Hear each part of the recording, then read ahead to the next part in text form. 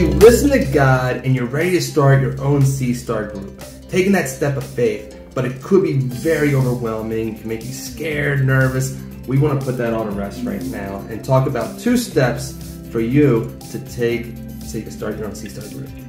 Okay, step number 1, prayer. I know it sounds simple, but honestly, it is God who brings people in. So ask specifically that God will bring the right people into your group. Yeah, for us, that is what we were doing a lot when we started our group, and we looked at Acts 11:26 is a great example in scriptures where it talks about the Antioch church. And it's important to know who made up the Antioch church. It was people full of different ethnicities, ideologies, social statuses, and they all came together. So the Antioch church was a melting pot of believers.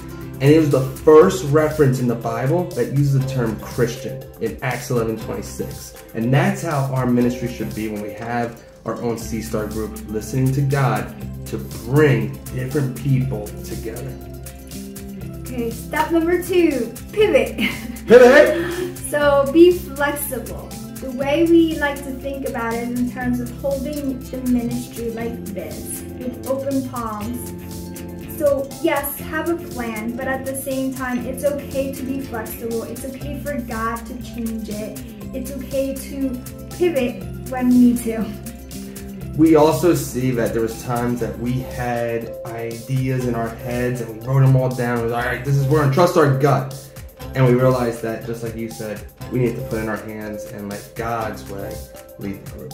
Our group started exactly this way.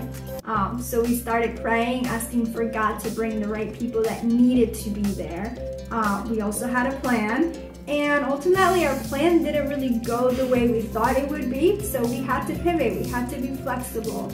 But it was okay because God was at work in the lives of people, and so for us it was about how can we partner with what God is already doing.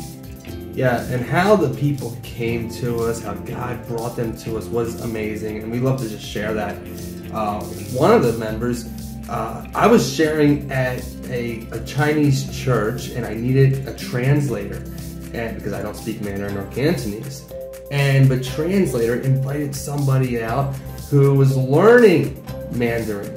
And because of that, he sat into the service and felt God call in his heart, I need to join this discipleship group.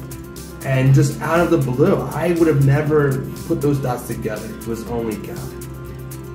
Another person saw our promo video, and right away, they've been praying for about 3 years for a group that's intentional, where it has discipleship emphasis in it.